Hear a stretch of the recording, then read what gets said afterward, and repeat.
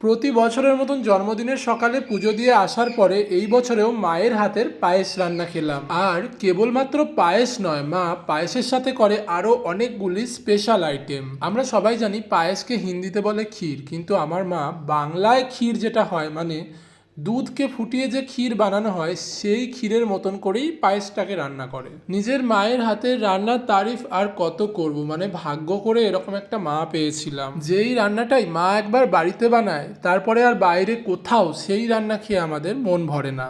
তো চলো দেখে নেওয়া যাক পায়েসের সাথে ঠিক কি কি স্পেশাল আইটেম মা করেছিল। রয়েছে বেসন বড়া, মিষ্টি বড়া, আলু ভাজা, পটল ভাজা আর পনির ভাজা। এই প্রত্যেকটাই কিন্তু পায়েসের সাথে খেতে অসাধারণ লাগে।